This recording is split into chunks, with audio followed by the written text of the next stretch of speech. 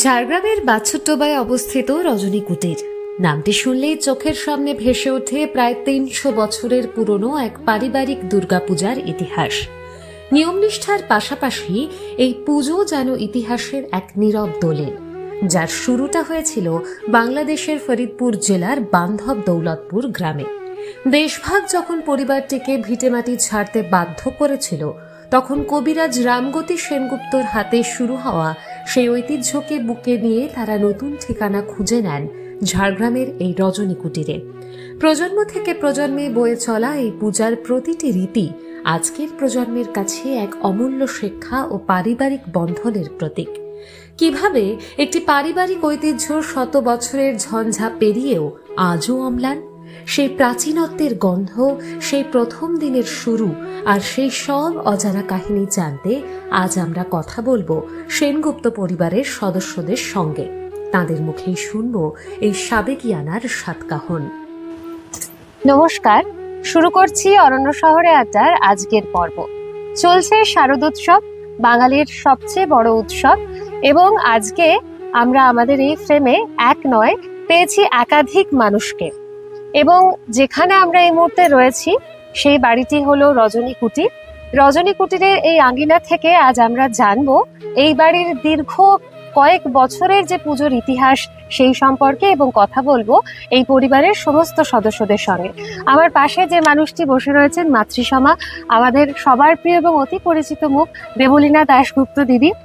তো আমি দিদির কাছে একটু অনুরোধ জানাবো যে পরিবারের সমস্ত সদস্যদের সঙ্গে একটু আলাপ করিয়ে দাও।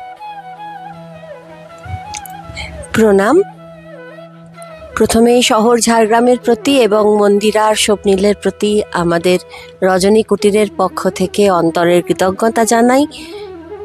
শারদোৎসব উপলক্ষে অরণ্য শহরের আড্ডায় আমাদের রজনী কুটিরে আসার জন্য।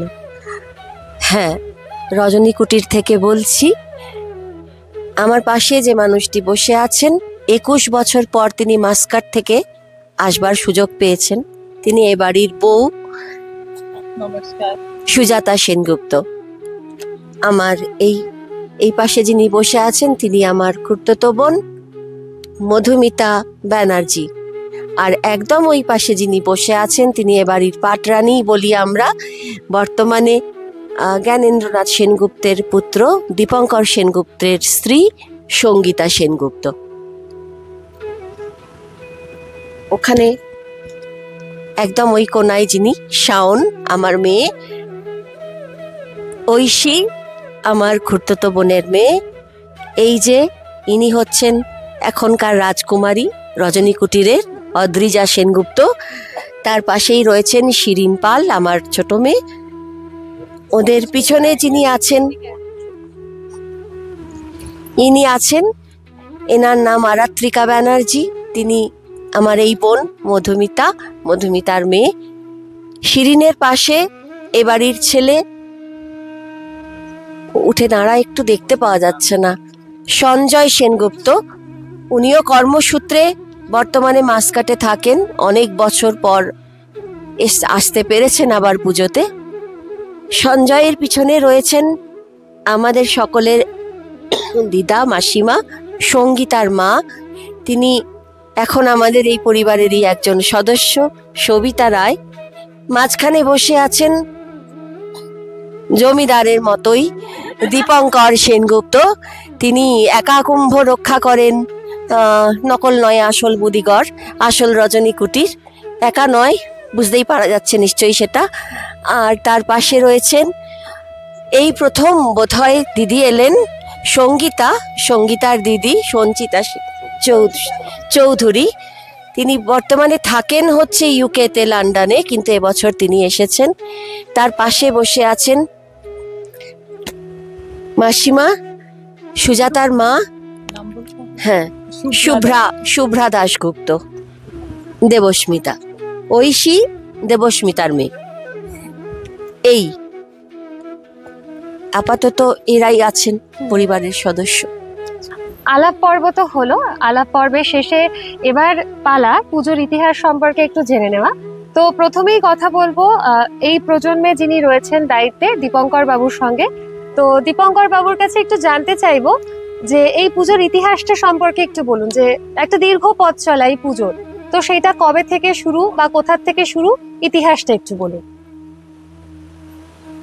নমস্কার সকলকেই। প্রথমে আমি চ্যানেলকে বিশেষ করে শারদ শুভেচ্ছা জানাচ্ছি এবং সমস্ত ঝাড়গ্রামবাসীকেও আমি আমার রজনী কুটিরের পক্ষ থেকে আন্তরিক প্রীতি ও শুভেচ্ছা জানাচ্ছি।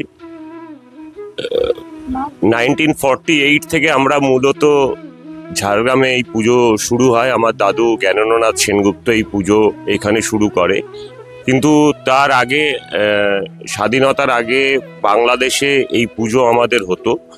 আনুমানিক ফরিদপুর ওখান থেকে যদি আমরা হিসেবটা ধরি, প্রায় 250 থেকে 300 বছরের বেশি পুজোটা আমরা করছি। এখানে আমরা আফটার পার্টিশন 48 থেকে আমাদের এই রজনী কুটিরে ঝাড়গ্রামে পুজো শুরু হয়েছে। তো সেই থেকে এখনো অবধি আমরা এই পুজো চালিয়ে নিয়ে যাচ্ছি এবং এই অঞ্চলের মানুষের ভালোবাসা, আপনাদের উপস্থিতি, আমাদের পরিবারের মানুষদের সকলের উপস্থিতির মধ্যে দিয়েই আশা করি আগামী দিনেও আমরা এই পুজোটা চালিয়ে নিয়ে যাব। পুজোর যেমন ইতিহাস রয়েছে, তেমনি এই যে নাম রজনী কুটির, নিশ্চয়ই তার নেপথ্যেও কোনো একটা ইতিহাস রয়েছে, সেই ইতিহাসটা একটু বলো।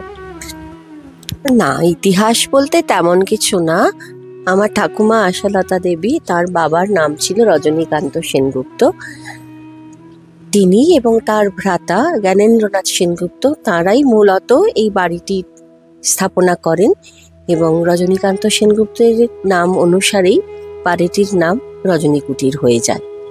আর জ্ঞানেন্দ্রনাথ সেনগুপ্তের 2 ছেলে, পবিত্র রঞ্জন সেনগুপ্ত এবং সুব্রত রঞ্জন সেনগুপ্ত, আমার ঠাকুমা আশালতা দেবী, এদের হাত ধরেই এইখানে পুজোটার শুরু। তারপর সুব্রত রঞ্জন সেনগুপ্তর ছেলে দীপঙ্কর সেনগুপ্ত, তিনি চলছেন আমাদের সকলকে নিয়ে। দীর্ঘ 300 বছরের একটা পুজোর ইতিহাস এবং এতটা দীর্ঘ সময় ধরে যে পুজো চলে আসছে, সেই পুজোর মাঝে দেশভাগের মতন একটা ঘটনাও ঘটেছে। আমাকে একটু বলো যে দেশভাগের প্রভাব এই পুজোর ওপর কতটা পড়েছিল বা কিভাবে পড়েছিল?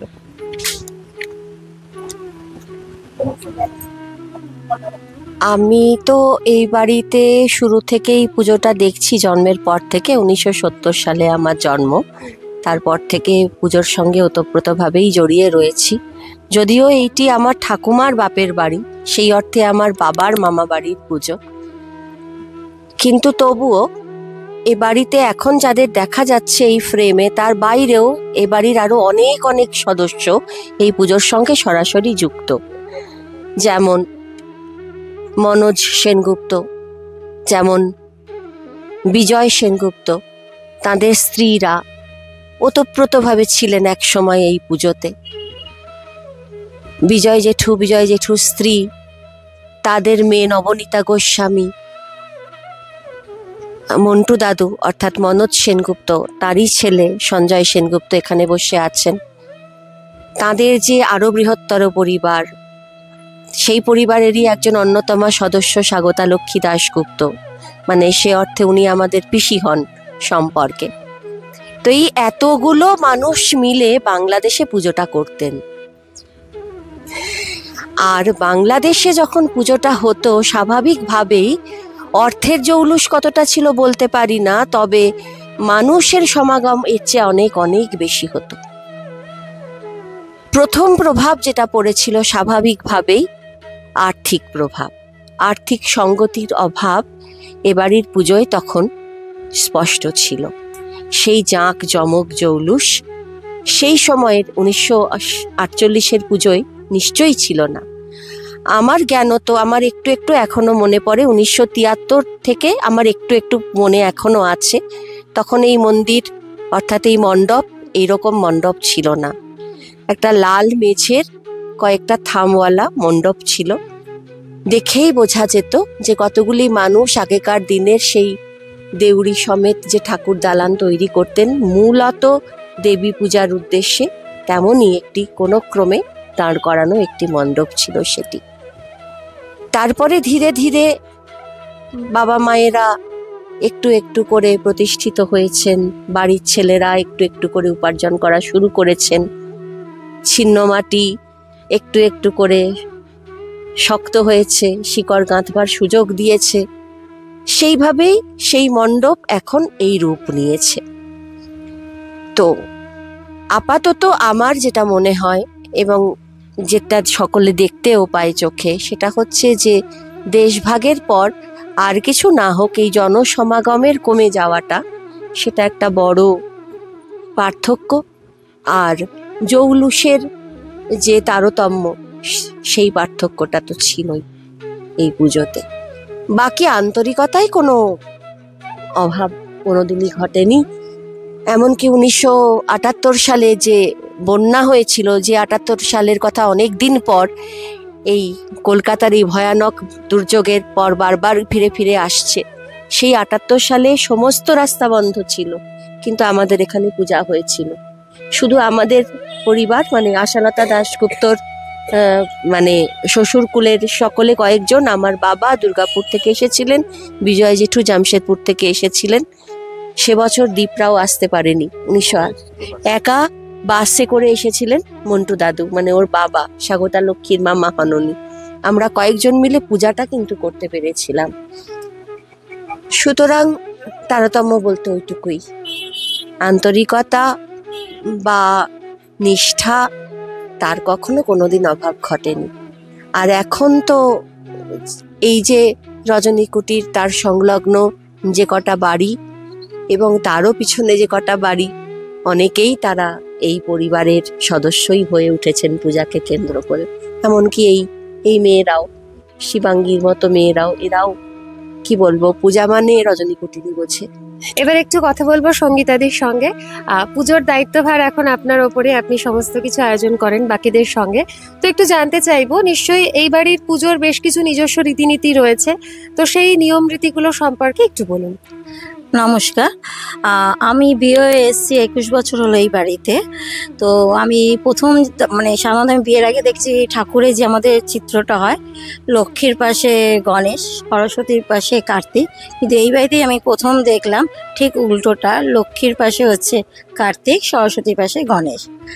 আর আমাদের এই পুজোটা মোটামুটি সবাইকারই হয় অধিবাস থেকে শুরু হয়ে দশমী, কিন্তু আমাদের এটা হয় একাদশী অবধি। কারণ আমাদের বাড়িতে নারায়ণ, মণ্ডপে পুজো শুরু থেকে নারায়ণ থাকে।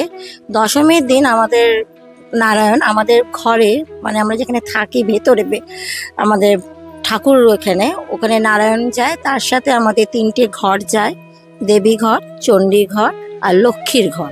লক্ষ্মী বলতে আমরা সবাই কলা গাছকে আমরা সাধারণত কলা বউ হিসেবেই জেনে এসি, কিন্তু এটা অ্যাকচুয়ালি হচ্ছে লক্ষ্মী। আমাদের এই বাড়িতে আমরা লক্ষ্মী হিসেবে সেটা জানি।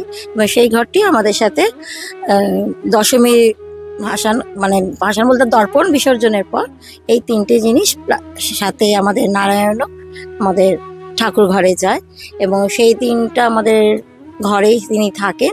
পরের দিন নারায়ণ পুজো হয়ে উনি আমাদের ঘর থেকে ঠাকুরমশাই নিয়ে যান, যেটা পুজো সম্পূর্ণ হয়, তাতেই আমাদের পুরো পুজোটা কমপ্লিট হয়। আর এছাড়া তো নিয়ম তো সবাইকার সমানই মোটামুটি একই হয়। আমাদের একটা নৈবেদ্য মানে সপ্তমী, অষ্টমী, নবমী 108টা নৈবেদ্য হবে। এছাড়া তো আরও নৈবেদ্য পড়ে। সন্ধি পুজোর দিন 54টা পড়ে। আর নবমীর দিন আমাদের একটা শত্রু বলি হয়, যেটা মানকচুর মধ্যে চালের গুঁড়ি দিয়ে একটা পুতুলের মতো আকার নিয়ে একটা পুতুল তৈরি করা হয়, তার মধ্যে একটু ভুসি কালি বলতে আমরা যেটা আমরা আরতির সময় যেটা ধুনো জ্বালাই, সেই ধুনোটা দিয়েই করা হয়। তার সাথে হলুদ কাপড় দিয়ে তাকে বেঁধে ওটা একটা মানকচুর মধ্যে ওটা দিয়ে ওটা বলি হয়, এবং সেই বলিটা বাঁ হাতে হয়। এবং তো তার আগে আমাদের আখ আর চাল কুমড়ো বলি তো হয় সপ্তমী, অষ্টমী, সন্ধি পুজো আর নবমী পুজো। কিন্তু নবমী পুজোর ওই বলিটা আমরা শত্রু বলে আমরা ওটাকে বলি, এবং সেই বলিটা ডান হাতে হয় না, ওটা বাঁ হাতে হয়। এবং ওইটা মোটামুটি 3টে কোপ পড়ে, যেহেতু মানকচুটা খুব লম্বাও হয়। প্রথম কোপে ওই বাঁ হাত দিয়ে ওটা হবে, এবং বাঁ হাতেই আমাদের ঠাকুরমশাই যেটাকে আমরা শত্রু বলে পুতুলটাকে বানাই, সেটাকে বাঁ হাত দিয়ে টেনে উনি বার করে ফেলে দেন। তারপরে ওটা 3টে কোপ প্লাস আরও যে যতটা পারে, মানে যতটা লম্বা হয় মোটামুটি সেই কোপগুলো হয়। আরেকটি যেটা বলার ছিল যে আমাদের এখানে যে মাকে ভোগটা দেওয়া হয়, সব জায়গায় যেটা রান্না করে দেওয়া হয়, এইখানে আমরা যেহেতু দেশভাগের জন্যেই আমাদের এটা কাঁচা শাকসবজি দিয়ে আমাদের ভোগটা দেওয়া হয়, যেটা ভুজ্জি বলে বলা হয়। এবং আমার নয়, দুটো প্রথাও আমাদের মধ্যে চালু আছে, যার জন্য আমাদের এখানে মাকে কিন্তু আমরা কোনো রান্না ভোগ দিই না। এবং রান্না করতে গেলে যে যে উপকরণ লাগে, মানে নুন, তেল, হলুদ, লঙ্কা গুঁড়ো, কাঁচা লঙ্কা থেকে সবই, এই শুকনো লঙ্কা থেকে সবই আমরা দিই। আর সবচেয়ে বড় কথা হচ্ছে, আমরা এখানে মা আমাদের কোনোদিনই নিরামিষ থাকে না। এবং আমাদের বাড়ির যে ইয়েতে পুজো চলাকালীন অবধি আমাদের বাড়ির যারা পুজোর সাথে আছেন তারা হয়তো ততক্ষণে আমরা মাছ মাংসটা খাই না। তার মূল কারণ হচ্ছে, আমাদের এই মণ্ডপে যখন মায়েকে ওই কাঁচা শাকসবজি নিবেদন করা হয় ভোগ হিসেবেই, তার সাথে এখানে কাঁচা মাছ, কিন্তু সেটা আঁশযুক্ত মাছ হবে, সেই মাছই আমরা মাকে প্রদান করি। দশমীর দিন আর মাকে আমরা এই ভোগটা দিই না। সেইখানে আমরা নারকেল, চালগুড়ি, একটি গন্ধরাজ লেবু, যেটার মূল এই ক্ষেত্রে লাগে, বোটাযুক্ত একটা পান্তা বা শরবত যেটাই বলুন না কেন, এইটা মাকে দিয়ে আমরা দর্পণ বিসর্জনের মধ্যে দিয়ে বিসর্জন করা হয়। এইটা আমাদের। আর বলির মূল যে বিষয়টা, এখানে 13টা কোপই হয়, যেহেতু শত্রু, তো এখানে কোনো জোড়া সংখ্যায় আসবে না, বিজোড় সংখ্যায় 13টি হবে। এবং 12টা হবে আখ এবং চাল কুমড়ো নিয়ে, 8 আর 4টে 12টা। আর 13 নম্বর যেটা হবে সেটা হচ্ছে মানকচু, ওই শত্রু পুতুলে যেটা চালের পুটলি দিয়ে তৈরি করা হয়, অ্যাকচুয়াল ওটা হচ্ছে আপনার একটা শত্রুর কাল্পনিক একটা রূপ আমরা, এবং সেটা 3টে পাটে আমাদের নিধন করা হয়। এবং শাস্ত্র তাই আছে, গলা, মাথা, গলা, বুক, মানে উড়ুর ওপর অব্দি এই 3টে, এবং সেটা বাম হস্তেই হবে। আমরা অন্য বাকি দিন সপ্তমী থেকে সন্ধি পুজো অব্দি দুটো হাতই আমরা ইউজ করি খড়গ বলিদানের সময়, কিন্তু শত্রু বলির সময় নবমীর দিন সর্বশেষ বলি ওটা হবে, তখন ওটা বাঁ হাতেই দিতে হবে। এবং প্রথম 3টে কোপ আমরা বাঁ হাতেই দিতে হয়। এবং ওই যখন একটা শুরু হয়ে যায় না, তখন অটোমেটিক বাকি আরো যে 10টা কোপ থাকে, তখন আর আমাদের ডান হাতের কোনো প্রয়োজন হয় বলে আমার অন্তত মনে হয়নি, কারণ আমিও একটা সময় দিয়েছি। আমার ভাইপো এখন এখানে উপস্থিতি নেই, তো ও এবছরও বলি দিচ্ছে, তো ওরও প্রায় একই ফিলিংস। আমি এসছি মন্টু জেঠুর পরে এই বাড়িতে, আমি বলি দিতে এসছি। তো মন্টু জেঠুকেও দেখেছি একসময় এই দালানে, আমরা ছাগ বলিও দেখেছি কালী পুজো এবং দুর্গা পুজো। পরবর্তীকালে আমাদের আগের জেনারেশন এটা খুব একটা বেশি পছন্দ করতেন না। জ্ঞানেন্দ্রনাথ সেনগুপ্ত বেঁচে থাকাকালীনই একদম শেষ দিকে এটা বন্ধ করে দেওয়া হয়, তো তারপর থেকেই এইটা চলে আসছে। আর একটি বিষয় একটুখানি সংযোজন করার, সেটি হচ্ছে এই যে আমাদের এখানে রান্না করা ভোগ দেওয়া হয় না, তার অন্তরালে একটি বিশেষ কারণ রয়েছে। 1745 সালে, তখন রামগতি সেনগুপ্ত এই পরিবারের প্রধান, তার আমলে বর্গিহানা হয়েছিল। বর্গিহানায় পূজাতে বাধা পড়ে, এবং তারপর থেকেই এই বাড়িতে আর কোনো দিন রান্না করা ভোগ ঠাকুরকে দেওয়া হয়নি, মাকে দেওয়া হয়নি। কাঁচা আনাজ, কাঁচা মাছ এবং মশলাপাতি দিয়েই মাকে নিবেদন করা হয়। এই যে আলপনাটি দেখছেন, এটি একটি বিশেষ অঙ্কন, এটি পুরোটাই জ্যামিতিক নকশা। অষ্টমী পূজা এবং সন্ধি পূজা উপলক্ষে এই বিশেষ আলপনাটি দেওয়া হয়। এই আলপনাটি যে বিভিন্ন ঘর কাটা আছে দেখতে পাওয়া যাচ্ছে, এই প্রতিটি ঘরের একটি নিজস্ব মাপ রয়েছে, সেই মাপ অনুযায়ী এই আলপনাটি দেওয়া হয়। এবং মধ্যিখানে রয়েছে একটি পদ্ম ফুলের ছবি, ঠিক যেমন পদ্ম ফুল আমরা আমাদের বৈদিক মতে যখন যজ্ঞ করা হয় আমরা বেদিতে আঁকি, সেই রকম বেদি, সেই রকম পদ্ম ফুল। এবং এখানে গুঁড়ো রং ব্যবহার করা হয়, দেখতেই পাচ্ছেন কি কি রং, সাদা, কালো, গোলাপি গোলাপির বদলে কখনো কখনো কমলা রঙও ব্যবহার করা হয়, লাল, হলুদ আর সবুজ, আর সেই সঙ্গে বর্ডার দেওয়া হয়েছে কালো, মাঝেও একটু একটু করে কালো রয়েছে। আর একমাত্র লতা বলতে এই মাঝখানের যে চৌকোটা, সেই চৌকোর উপর দিয়ে দেখুন হলুদের উপর দিয়ে একটা সবুজ রঙের লতা চলে গিয়েছে। এটি দেবী দুর্গার প্রতীক।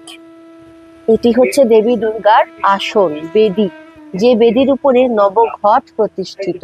নবঘট নবপত্রিকার মতোই দেবী দুর্গার 9টি রূপের প্রতীক, এবং সেই নবঘটের উপরেই এইভাবে গামছা রেখে এবং আম্রপল্লব কলা রেখে এইভাবে তার পূজা করা হয়, মূলত সন্ধি পূজা এবং অষ্টমী পূজা উপলক্ষে। আমাদের দুর্গাপূজার দশমীতে বরণের পর, মানে বাড়ির বউরা, বাড়ির সদস্যরা বরণ করবার পর একটা বিশেষ রীতিতে কনকাঞ্জলি দেওয়া হয়। সেই রীতিটির কথা আমি সঙ্গীতাকে একটু বলার জন্য অনুরোধ করছি।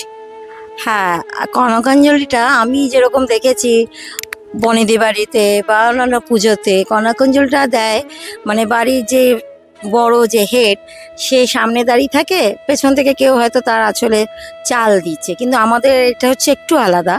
বরণ তো হয় যেমন সবাই করে, বড় থেকে ছোট অবধি। তারপর যে কনকাঞ্জলিটা হয়, সেও বাড়ির বড় বা মেজো দায়িত্ব ভাগ করে নেয়। সেই কনকাঞ্জলি থালাটার মধ্যে আমাদের অন্য কিছু থাকে, মানে চালের বদলে আমাদের ধান থাকে, ইঁদুরের মাটি, যেটা আমাদের দুর্গাপুজোতে মেন দুর্গা প্রতিমায় তৈরি হয়, সেই মাটিটাও থাকে। তার সাথে থাকে কুমড়োর বিচি, লাউয়ের বিচি, পাট, শিউলির পাতা, ধান, দুব্ব, ফুল, এগুলো তো থাকে। এইগুলো দিয়ে আমাদের কনকাঞ্জলিটা হয়। এবং এই কনকাঞ্জলিটা আমরা যখন দিই, আমরা বরণ করার পর প্রতিমার দিকে মুখ করে পেছন দিকে আসি, এবং পেছন দিকে আসার পরে আমরা লাস্ট যখন আমরা মানে প্রতিমাকে আমরা বিদায় জানাবো, তখন আমরা ঘুরে গিয়ে বাঁ হাত দিয়ে প্রত্যেকটা জিনিস হাতে করে তুলে নিয়ে বাঁ কাঁধের দিক দিয়ে আমরা এইভাবে ছুঁড়ে পেছন দিকে ফেলি, এবং এটা 3 বার করা হয়। তারপর আমরা মায়ের মুখ দেখি না, নিয়ে আমরা ঘরে চলে যাই। এইভাবে আমাদের কনকাঞ্জলিটা অন্যদের থেকে আমি একটু দেখে এসে আলাদাই হয়। যেমনটা সবার থেকে শুনলাম যে এই পুজোর নিয়ম নীতি প্রথাগতভাবে যে পুজো আমরা সবসময় দেখি তার থেকে কোথাও একটু হলেও আলাদা, বা এই পুজোর কিছু নিজস্বতাও রয়েছে। তো এখানের যে নিয়ম নীতি বা যে নিয়ম অনুসরণ করে এখানের পুজোটা হয়, সেটার উৎস কি? হ্যাঁ, খুবই উপযোগী একটি প্রশ্ন। আমরা যতদূর জেনে এসেছি, আমাদের যে পুঁথি অনুসরণ করে এখানে পুজো হয়, সেই পুঁথি এবং সেই পুঁথিতে যে আচারগুলি লেখা রয়েছে, তা কিন্তু এ বাড়ির পূর্বপুরুষদেরই তৈরি। তাঁদেরই হাতে লেখা সেই পুঁথি এখনো সযত্নে রক্ষিত আছে, এবং যাতে পুঁথিটির অতি ব্যবহারে নষ্ট না হয়ে যায়, সেই জন্য তার একটি প্রতিলিপি তৈরি করা হয়েছে। সেই পুঁথিটিকে সঙ্গে রেখেই প্রতিলিপিটিকে বারবার পাতা উল্টে উল্টে সেই অনুযায়ী পূজা হয়। আর এই মানে কি বলবো, এই যে আচারগুলি, এই আচারগুলির সঙ্গে কিন্তু আমাদের চণ্ডীতে যেভাবে দেবীর বর্ণনা রয়েছে বা দেবীকে আবাহনের কথা রয়েছে, তাঁর যে উপাসনার কথা রয়েছে, তার কোনো বিরোধ নেই। চণ্ডীকে মেনেই কাজটা করা হয়, কিন্তু পরিবারের নিজস্ব কিছু আচার তারা তৈরি করে রেখেছে, সেই অনুযায়ী আমরা কাজটা করছি। এ বাড়িতে আমরা অনেক দিন ধরে দেখেছি দেবেন সমাদ্দার ঠাকুরমশাই দীর্ঘদিন কুলপুরোহিত হিসেবে পূজা করে এসেছেন। তারপরে পূজার দায়িত্ব নিয়েছিলেন পঞ্চানন চট্টোপাধ্যায়, এখন আমাদের কালিদা রয়েছেন। এবং আরেকটা বিষয় আমার মনে হয় এটা খুব বিশেষ করে আমাদের উল্লেখ করা দরকার, আমাদের এই বাড়িতে বলা তো হয় ছেলেরা ছাড়া নাকি বংশরক্ষা হয় না। তো আমাদের বাড়িতে ছেলের সংখ্যা কম, মেয়ের সংখ্যাই বেশি, দেখতেই পাওয়া যাচ্ছে। হ্যাঁ, কিন্তু তাতে এ বাড়ির পূজার আচারে কোনো বাধা পড়েনি, কেউ কোথাও বাধা দেননি। এই তুমি আমার বাড়ির ছেলে নাও, তুমি তো আমার বাড়ির জামাই, বা এই তুমি, তোমার তো গোত্র আলাদা, তুমি আমার বাড়িতে পূজার আচারে অংশগ্রহণ করতে পারবে না, এই বিষয়টা কিন্তু আমাদের বাড়িতে নেই। এই যে বাবু সেন মানে দীপঙ্কর, ও আমার কাকা হয়, ওকে তবু আমি নাম ধরেই ডাকি, আমার থেকে ছোট তাই। তো যাই হোক, তো ওর পরে এখন যে বলি দিচ্ছে অনিরুদ্ধ দাশগুপ্ত, ও কিন্তু আমার ঠাকুমারও ছেলে নয়, সে নাতি নয়, আমার ঠাকুমার ভাসুরের ছেলের নাতি অনিরুদ্ধ দাশগুপ্ত। সে কিন্তু এখন বলি দেবার কাজটি করে যাচ্ছে। এবং আরেকটু উল্লেখযোগ্য যেটা, ওকে বলি দেবার কাজে সহযোগিতা করছে দীপঙ্কর তো বটেই, দীপঙ্কর তো রয়েছে, কিন্তু তার সঙ্গে মূলত সহযোগিতা করে এবাড়ির জামাইরা। অর্থাৎ ওই যে বসে আছে আমার খুড়তো বোন চুমকি, দেবস্মিতা, ওর যে বর সুপ্রিয়, কুন্তল মানে আমার বর কুন্তল, এরাই কিন্তু এখানে এই বলি দেওয়ার কাজে এগিয়ে আসে এবং অন্যান্য কাজেও এগিয়ে আসে। কেউ মনে রাখে না কে বংশের আর কে বংশের নয়, মানে সবাই মিলে একসঙ্গে আনন্দে মেতে ওঠা এবং পূজার কাজে অংশগ্রহণ করা। আমার ভাইজি বললেন, সম্পর্কে অবশ্যই আমার ভাইজি, কিন্তু আমি দিদি বলেই ডাকি কারণ বয়সে বড়। শুধুমাত্র এটা কিন্তু আমরা পরিবারের মধ্যে সীমাবদ্ধ রাখিনি, মানে জামাই তার শ্বশুর বাড়ি বলে, বা আমার স্ত্রী যেমন সঙ্গীতা, বা এখানে আমার বৌদি আছে অন্য বাড়ি থেকে এসছে, এটাই স্বাভাবিক নিয়ম, অন্য বাড়ি থেকেই তো আসবে।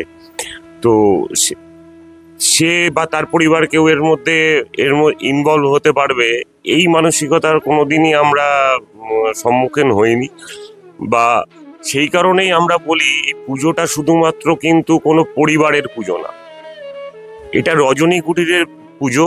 এবং এই আশপাশে যতটা চোখ যাচ্ছে এর পিছনেও আছে, সামনেও যা আছে, এই পাড়ার পুজো, এটাই বাছুরডোবার পুজো, এটাই ঝাড়গ্রামের পুজো।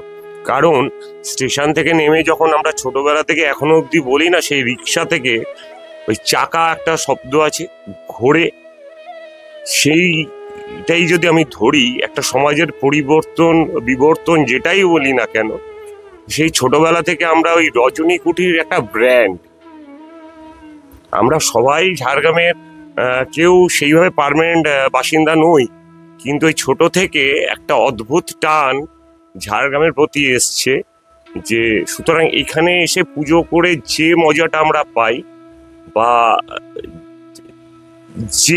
যেভাবেই বলুন না কেন, আজকে অনেকে অনেক কিছু সামাজিক স্বীকৃতি খোঁজে, যদি সেটাও আমি স্বীকৃতির জায়গাতেই যাই, বিশেষ করে দুর্গাপুজোকে নিয়ে, সেইখানে দাঁড়িয়ে এটা মনে হয় ঝাড়গ্রামেই আমরা পাবো, অন্য কোনো জায়গায় পাবে না, এবং রজনী কুটির ঝাড়গ্রামেই সেরা সেরা।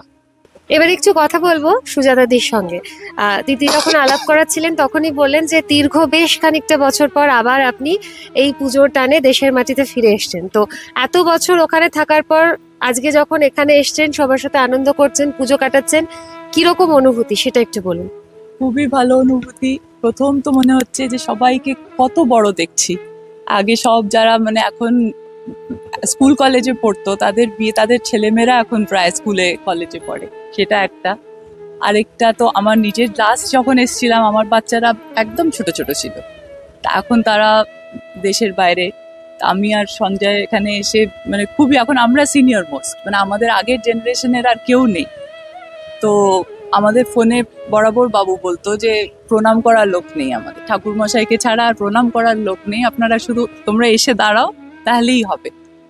তো এখন এসে তাই দেখছি যে ও যে কিভাবে এটাকে টেনে নিয়ে গেছে একা, সত্যি খুবই ভালো লাগছে, আর খুবই মনে হচ্ছে যে কঠিন কাজ।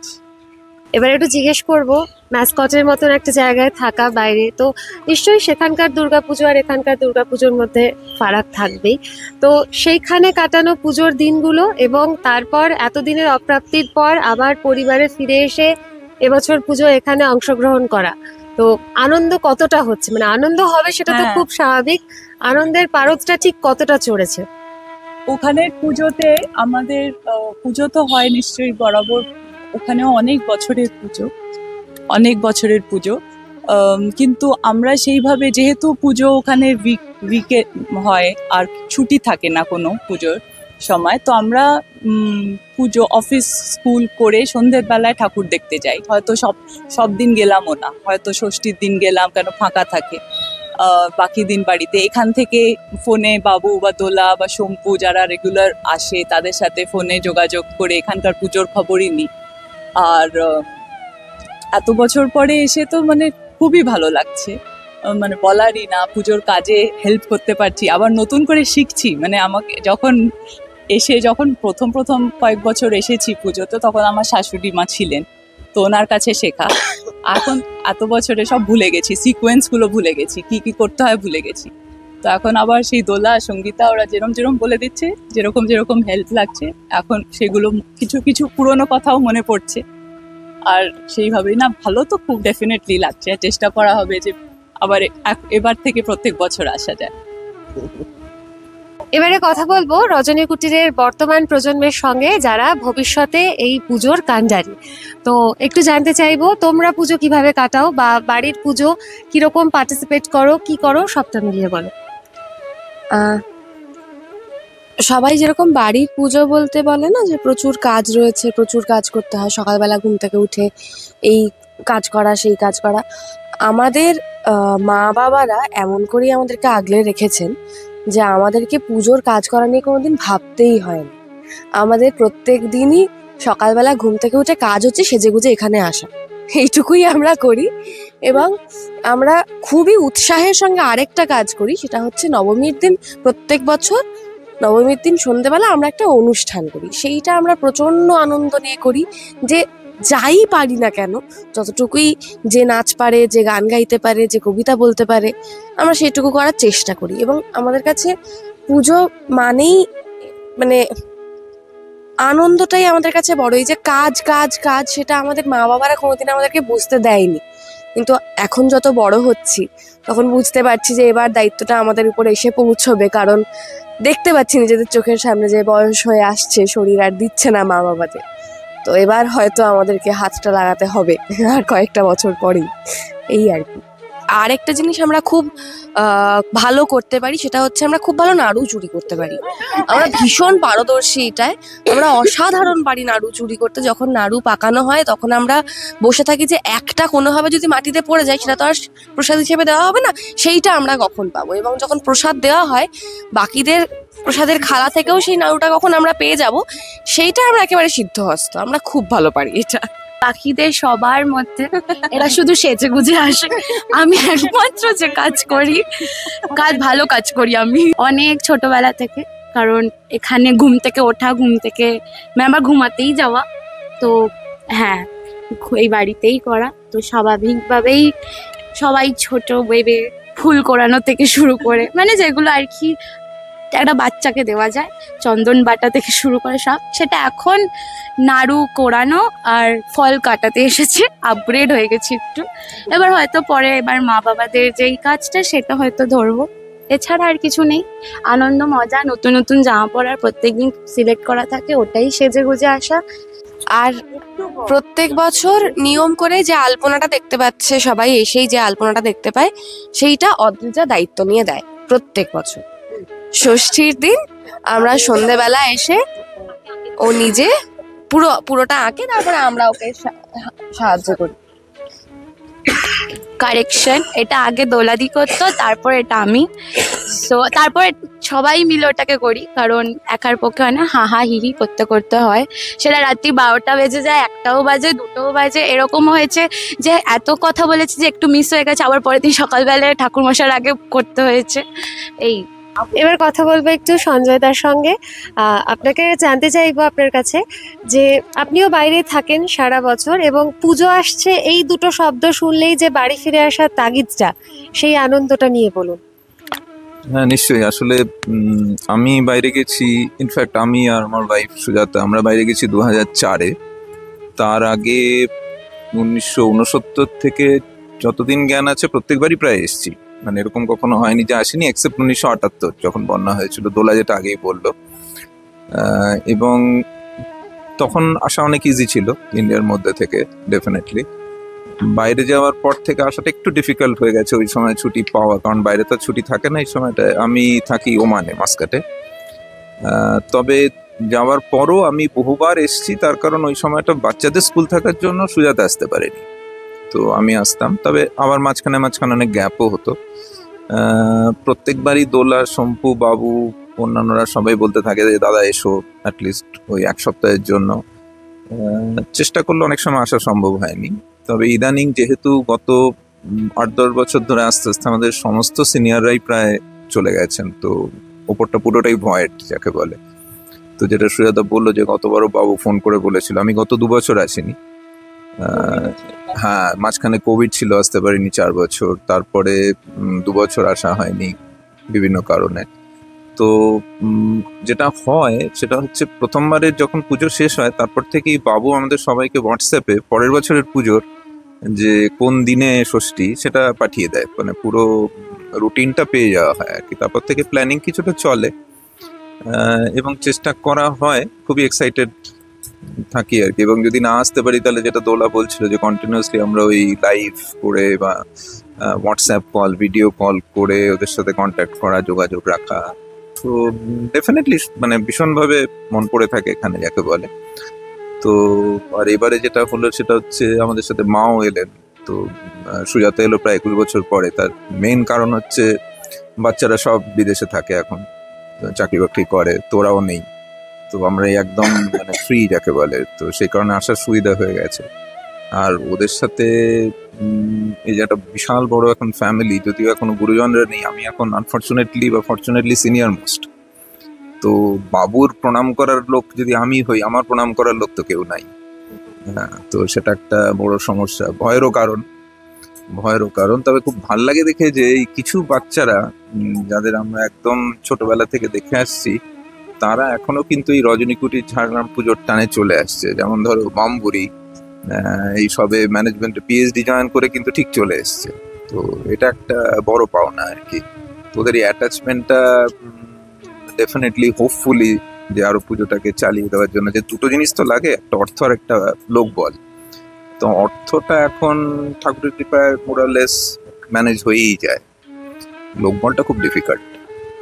তো সেটা যদি পরবর্তী নেক্সট জেনারেশনটা ম্যানেজ মানে আসতে থাকে এবং তারা যদি অ্যাটাচ থাকে, তাহলে হোপফুলি আরো কিছুদিন চলবে। এবং আমরাও চেষ্টা করবো প্রত্যেক বছর ফিরে আসতে। এখন আমাদের কাছে অনেক সময়, আমার আর সুজাতার কাছে এখন সেরকম কোনো অসুবিধা নেই না ফিরে আসে। তো দেখা যায় ফুলি আমরা আবার নেক্সট ইয়ার আবার মিলিত হবো একসাথে। এই একটু আগে তারতম্যের কথা হচ্ছিল না, সময়ের প্রভাবে উৎসবের উদযাপনের তারতম্য কেমন ভাবে ঘটে, সেই বিষয়টাই ভাবতে ভাবতে মনে পড়ছিল। এই আজকেই যেমন এসডিও স্যার এসেছিলেন, আমাদের ঝাড়গ্রামের মাননীয় মহকুমার শাসক শুভ্রজিৎ গুপ্ত, উনি এসেছিলেন। বলেছিলেন ম্যাডাম আমি বাড়ির পুজোতে অঞ্জলি দিতে চাই, তাই আপনার বাড়িতেই যাব ভেবেছিলাম। খুব খুশি হয়েছি আমরা। উনি অনেকক্ষণ বসেছিলেন। অঞ্জলি দেবার পর আমার শ্বশুরমশাই এসেছিলেন, বসে বসে কথা বলছিলেন। তো ভিতরে প্রসাদ দেবার জন্য ওনাকে নিয়ে গেছিলাম। উনি বলছিলেন তখন যে ম্যাডাম ওনার সঙ্গে কথা বলতে খুব ভালো লাগছিল, আমি খুব ইমপ্রেসড, পুরোনো দিনের মানুষ তো। তো সেই সূত্রে আমার তখন নতুন করে মন্টু দাদুর কথা, আমার বাবার কথা, শিবু দাদুর কথা, বিজয় জেঠুর কথা মনে পড়ছিল ভীষণভাবে। আর ভীষণ আমার তখন মনে হচ্ছিল যে কোনোভাবে যদি তাদেরকে ফিরিয়ে আনা যেত, তাহলে এসডিও স্যার যেমনটা শুনতে চাইছিলেন, যেভাবে শুনতে চাইছিলেন, গল্প করতে চাইছিলেন, সেই স্বাদটা হয়তো ওনার মেটানো যেত। মানে আগে কি হতো, মন্টু দাদু প্রতিমাতে শাড়ি পরাতেন, তখন ওই যে বললাম টাকা পয়সা তো ছিল না কারোরই, মার্বেল পেপার কিনে আনা হতো, মার্বেল পেপার দিয়ে শাড়ি পরানো হতো। প্রথমে কুচি, তারপরে আঁচল, তারপরে নিচে কার্তিক গণেশকে ধুতি, উত্তরীয়, লক্ষ্মী সরস্বতীকেও তাই। ব্লাউজ আলাদা করে ওইভাবে হাতের মাপে কেটে কেটে বসানো হতো। একটু যখন সামর্থ্য বাড়লো তখন একটু চুমকি কিনে আনা হলো। আমরা এই নাতি নাতনিরা আর কি আটা দিয়ে আঠা তৈরি করে বা ময়দা দিয়ে আঠা তৈরি করে এই নিচটাতে এরম করে হাত বাড়িয়ে দাঁড়িয়ে থাকতাম, এরম করে দাঁড়িয়ে থাকতাম। মন্টু দাদুর ভীষণ বাজখাই গলা ছিল, আর আমার বাবা বেশি কথা বলতেন না, উনি চুপ করে দাঁড়িয়ে শুধু দেখতেন। আর বিজয় জেঠু ছিলেন দুজনের মধ্যেকার একজন, কি বলে ওটাকে, সমঝোতা করানোর একটা মানুষ, যে কেউ বেশি রেগে গেলে তাদেরকে প্রশমিত করার দায়িত্ব যেন বিজয় জেঠুর ছিল। এবার মন্টু দাদু একটি করে চুমকিতে আঠা লাগাচ্ছেন, একটি একটি করে চুমকি মায়ের কাপড়ে কাপড়ে বসছে, আর উনি আপন মনে গান গেয়ে যাচ্ছেন, মন মাঝি তোর বৈঠা নেড়ে আমি আর বাইতে পারলাম না। আর আমার ঠাকুমা তখনও পুরোপুরি অশক্ত অচল হয়ে যাননি, উনি ঠিক এসে বসে থাকতেন এই থামটাতে পিঠ দিয়ে, উনি বসে থাকতেন, দুলতেন, উনিও গুনগুন করে গান গাও। সাধারণ সঙ্গীত শিল্পী ছিলেন আমার ঠাকুমা, গান গাইতেন। আর মন্টু দাদু আবার মাঝে মাঝে বলতো, দিদি ভুল হলে বলবা কিন্তু। তো কি হলো, আঠাটা কোথায় সরে গেল? তারপর আবার মন মাঝি তোর বৈঠা শুরু হয়ে গেল। মানে এই যে একটা অদ্ভুত দোলাচল, অদ্ভুত ওপর নিচ, একদম মানুষের হৃদস্পন্দনের মতো, হৃদস্পন্দনের গ্রাফের মতো ওঠা নামা জীবন্ত এইরকমই। আমি এইগুলোকে ভীষণ ভীষণ ভাবে, যাকে ইংরেজিতে বলতে গেলে বলতে হয় মিস করি। আমার খুব মনে হয় কেন এই মানুষগুলোর এত তাড়া ছিল জীবনে, কেন চলে গেল। আর অদ্ভুত অদ্ভুত গল্প করতেন তারা। ওইখানে যখন বাংলাদেশে ছিলেন তখন তাদের ওখানে কবিগানের আসর বসতো, যাত্রার আসর বসতো। সেই যাত্রাতে কিরকম করে অভিনয় হতো, সেই সময়কার সেই সংলাপ কেউ ভুলে গেলে পাশ থেকে কেউ ঠাট্টা করে ধরিয়ে দেওয়া, এই যে এইখানটা ভর্তি থাকতো আর কি বাবাদের আড্ডাতে।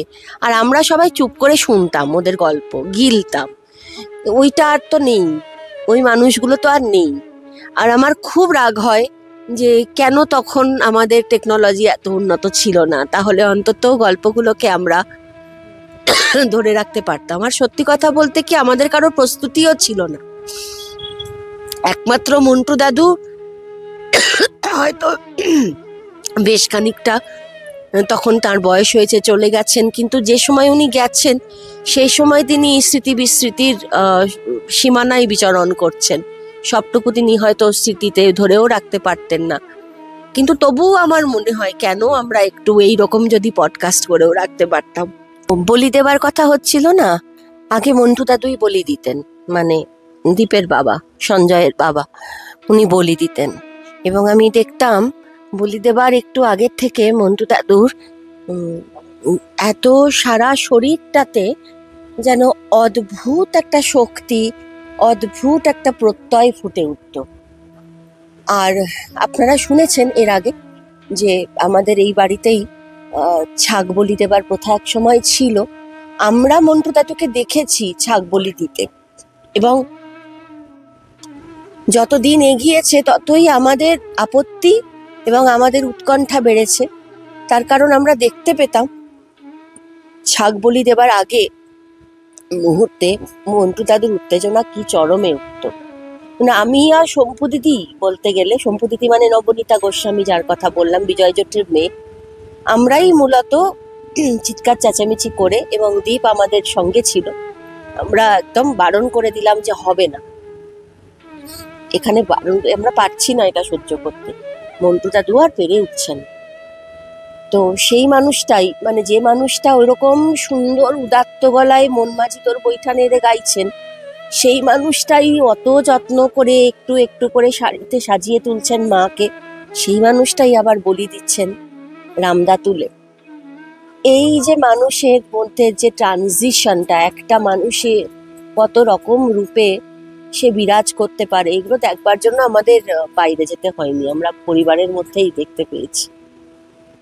আর সামর্থ্যের কথা আসছিল, তখন মার্বেল পেপার হতো, তারপর একটু সামর্থ্য বাড়তে একটু সাতিনের কাপড় আসলো, তখনও আঠা দিয়ে চুমকি লাগানো হতো, তার সঙ্গে অ্যাড হয়েছিল একটু জরির পাড় দেওয়া হতো। আর এখন তো মা একেবারে রাজরানীর মতো সাজেন। আমাদের প্রায় কিছুই করতে হয় না, গয়নাটুকু শুধু পরাতে হয়। তাও সেই গয়না পরানোর সময় আমাদের যিনি মৃৎশিল্পী থাকেন তিনি অনেকখানি সাহায্য করেন। এই তো সেই দাদুই এমনও হয়েছে মৃৎশিল্পী খুঁজে পাওয়া যায়নি, দাদু হয়তো নিজের হাতে মূর্তি করেছে। আমাদের যে দাদু আর কি, ঠাকুমার যে কাকা জ্ঞানেন্দ্রনাথ সেনগুপ্ত, মানে ওনার শ্বশুর মশাই, ওনার দাদা শ্বশুর, তিনি নিজের হাতে মূর্তি করেছেন। তো এইভাবেই হয়ে আসছে, চলছে। এবারে কথা বলবো অরণ্য শহরের আরেকটি বিশিষ্ট মুখের সঙ্গে, যিনি অতি পরিচিত আমাদের সবার প্রিয় কুন্তলদার সঙ্গে। তো দাদার কাছে একটু জানতে চাইবো, একদম ছেলেবেলার পুজো যখন নিজে আনন্দ করেছেন এবং এখন এরকম একটা পারিবারিক পুজোর অংশ আপনি, আর তার সঙ্গে যখন ছোটদের দেখেন আনন্দ করতে, কোথাও কি সেই পুরোনো দিনগুলোতে এখনো ফিরে যান? আসলে আমার ছোটবেলার পুজো ঝাড়গ্রাম কেন্দ্রিক নয়। বাবা চাকরি সূত্রে ঝাড়গ্রামে এসেছিলেন এবং ওই পুজোর ছুটির 1 মাস আমরা কাটাতাম আমাদের দেশের বাড়ি হুগলিতে, এবং পুজোটা পুরোটাই কাটতাম আমার হুগলিতে। তাই ঝাড়গ্রামের পুজো সম্পর্কে সম্যক ধারণা আমার ক্লাস 9-10 পর্যন্ত ছিল না। 9-10 পরে যখন ঝাড়গ্রামের পুজো সম্পর্কে ধারণা হলো, তখন দেখলাম যে গ্রাম এবং শহরের একটা অদ্ভুত কি বলবো পার্থক্য, সেটা কিন্তু রয়েছে। শহরের জাঁকজমক এখানে নেই, কিন্তু রয়েছে আন্তরিকতা। তারপরে বিয়ে হলো এখানেই, এবং এই রজনী কুটিরের দেবলীনার সাথে যুক্ত হলাম এই পুজোর সাথে। আমার পুজো ছিল হচ্ছে কলকাতায় থাকতে ওই সকালবেলা জামা কাপড় পরে ঠাকুর দেখতে বেরিয়ে যাওয়া। পুজোর সাথে মানে প্রত্যক্ষ যোগাযোগ আমার সেইভাবে কিন্তু ছিল না। পুজোর সাথে প্রত্যক্ষ যোগাযোগটা আমার এই রজনী কুটিরে, মানে বিয়ের পর থেকে আমার যোগাযোগটা। এবং যখন এখানে ওই পুজোর আচার, লোকাচার এবং সমস্ত কিছু দেখলাম, তখন দেখলাম এটার মধ্যে কিন্তু একটা অদ্ভুত আনন্দ রয়েছে, অদ্ভুত মাদকতা রয়েছে, অদ্ভুত একটা আকর্ষণ রয়েছে। সেই আকর্ষণটাই আমার পরবর্তী প্রজন্ম, আমার 2 মেয়েকে এখানে টেনে আনে। তারা পুজো বলতে বোঝে রজনী কুটিরেরই পুজো।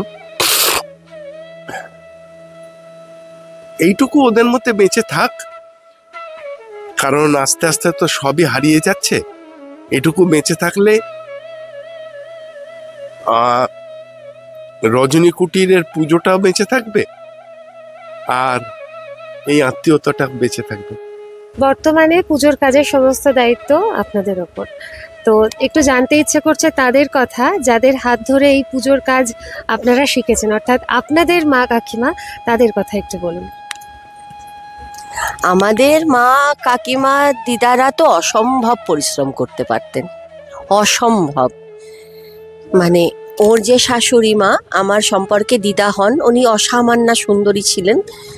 আর অল্প বয়স বলে দিদা বলে ডাকতাম না, বৌদি বলে ডাকতাম। তিনি ভিতরটা সামলাতেন, অর্থাৎ রান্নাঘরটা সামলাতেন, আর এই মণ্ডপের কাজকর্ম সামলাতেন সঞ্জয়ের মা পূর্ণিমা সেনগুপ্ত, বিজয় জেঠুর স্ত্রী নমিতা সেনগুপ্ত। তিনি তখনকার দিনের ইংরেজিতে MA এবং শিক্ষিকা ছিলেন। আমার মা পাপড়ি দাশগুপ্ত, এরা সবাই মিলে। আর আসতেন বিজয় জেঠুর ভাই অজয় শঙ্কর সেনগুপ্তর স্ত্রী অলকা কাকিমা, তিনিও বাংলাতে তখনকার দিনের MA। কিন্তু ওরা যে নিখুঁতভাবে কাজ করতে পারতেন, যে পরিশ্রম করতে পারতেন, আমরা জানি না আমরা সেটা পারি কিনা। আমরা যা কিছু শিখেছি ওদের কাছ থেকেই শিখেছি, এবং করতে করতে করতে করতে ওদের কাছে না বিষয়টা ছবির মতো হয়ে গিয়েছিল। ওখানে এই নৈবেদ্য পড়বে, ওখানে এই আমান্য পড়বে, ওখানে একটা নবরত্নের থালা পড়বে, ওখানে 7টার নৈবেদ্য, এখানে 9টার নৈবেদ্য, এইরকম করে করে ওদের সকলের কণ্ঠস্থ ছিল। ওদের কাছ থেকেই আমাদের শেখা। তবে কি ওরা কাজ করতে করতে খুব আনন্দ করতে করতে কাজ করতেন, ক্লান্ত হতেন, এই পায়ে ব্যথা হতো, কোমরে ব্যথা হতো, কিন্তু তা সত্ত্বেও তারা কখনো বলেননি যে পারছি না। তাদের কাছে কাজটা ছিল জীবনেরই একটা অঙ্গ। তো তুমি কিছু বলো। হ্যাঁ, যেমন আমি অ্যাকচুয়ালি এই বাড়ির বউ, আমার এ হচ্ছে সম্পর্কে ভাসুরজি, মানে আমার যারা সব হচ্ছে আমার শাশুড়ি বয়সী। কেউ আমাকে মানে যা হিসেবে না, মেয়ে হিসেবেই দেখতো। এবার আমি যখন বিয়ে হয়ে এসছি প্রথম, আমার যারা বলতো তোর তো ভবিষ্যতে তুই করবি, সুতরাং তুই এখন সেজে গুজে শুধু চোখে দেখ ওই কিভাবে করছি না করছি, এটা তুই দেখ। আমি ওইভাবেই শিখেছি, কিনা হাতে করে আমি করতে দেয়নি যে না এবার তো তুই করবি, আমরা যতদিন আছি তুই শুধু বসে দেখ, সেইভাবেই আমি শিখেছি। আর আমার শাশুড়ি মা যেমন বললো, ভেতরের কাজটা উনিই দেখতেন। এবং তো এখন যেমন প্যান্ডেল করে ঠাকুর রেখে যেমন হচ্ছে, তখনকার দিনে কিন্তু এতটা জলস ছিল না। আমার শাশুড়ি মা রান্নার দিকটা দেখতেন এবং নিজেই তিনি এতগুলো পরিবারের সদস্যদের রান্নাও করেছেন শুনেছি যেটুকু। আমি আসার পর অবশ্য দেখিনি। তার তো ওখানে সব আস্তে আস্তে যারা বড় হয়েছে, চাকরি করছে, পুজো আস্তে আস্তে একটু বড় হচ্ছে। তো এরকমভাবেই চোখে দেখে, মানে হাতে করি যেটা আমার চোখে দেখে সেটা হয়েছে যাদের কাছ থেকে। আর এখন আমি সবার ছোট এই বাড়ির। কথা বললাম রজনী কুটিরের সমস্ত সদস্যদের সঙ্গে, জানলাম তাদের দীর্ঘ পূজার ইতিহাস, এবং বিশেষভাবে ধন্যবাদ জানাই দেবলীনাদিকে আপনাদের পরিবারের এত ইতিহাস আমাদের সঙ্গে এবং দর্শক বন্ধুদের সঙ্গে ভাগ করে নেওয়ার জন্য। ধন্যবাদ পরিবারের সমস্ত সদস্যদের প্রতি। সত্যি বর্তমানে নিউক্লিয়ার ফ্যামিলির যুগ, যেখানে এই রকম পারিবারিক ঐতিহ্য বা এক উঠোনে ফিরে এসে একসঙ্গে বসে আড্ডা দেওয়া ক্রমশ হারিয়ে যাচ্ছে, সেখানে এই ধরনের পারিবারিক পুজোগুলোই হয়তো আমাদের শেখায় আয় আরও বেঁধে বেঁধে থাকি। তো আমরা সেই মন্ত্রেই উজ্জীবিত হলাম, শিখলাম কিভাবে দূরে গিয়েও একসঙ্গে থাকা যায়, কিভাবে বছরে একটা উৎসবের টানে অন্তত আবার ফিরে আসা যায়। রজনী কুটিরের এই দীর্ঘ ঐতিহ্যবাহী পূজা চড়ইবেতি মন্ত্রে উজ্জীবিত হোক, জারি থাকুক তাদের এই আয়োজন। এই আয়োজনে শহর ঝাড়গ্রাম যেটুকু অংশ হতে পেরেছে তার জন্য তাদের সকলের প্রতি অসীম কৃতজ্ঞতা। শেষ করছি অরণ্য শহরে আড্ডার আজকের পর্বটি। ফিরে আসবো নতুন কোনো পর্ব নিয়ে। সকলকে শারদোৎসবের শুভেচ্ছা, সবাই পুজো ভালো করে কাটান। রজনী কুটিরের পক্ষ থেকেও সকলের প্রতি অনেক অনেক শুভেচ্ছা এবং বিশেষ কৃতজ্ঞতা এবং ভালোবাসা শহর ঝাড়গ্রামের প্রতি, স্বপ্নীল এবং মন্দিরার প্রতি। সবাই ভালো থাকুন, বেঁধে বেঁধে থাকুন। প্রণাম।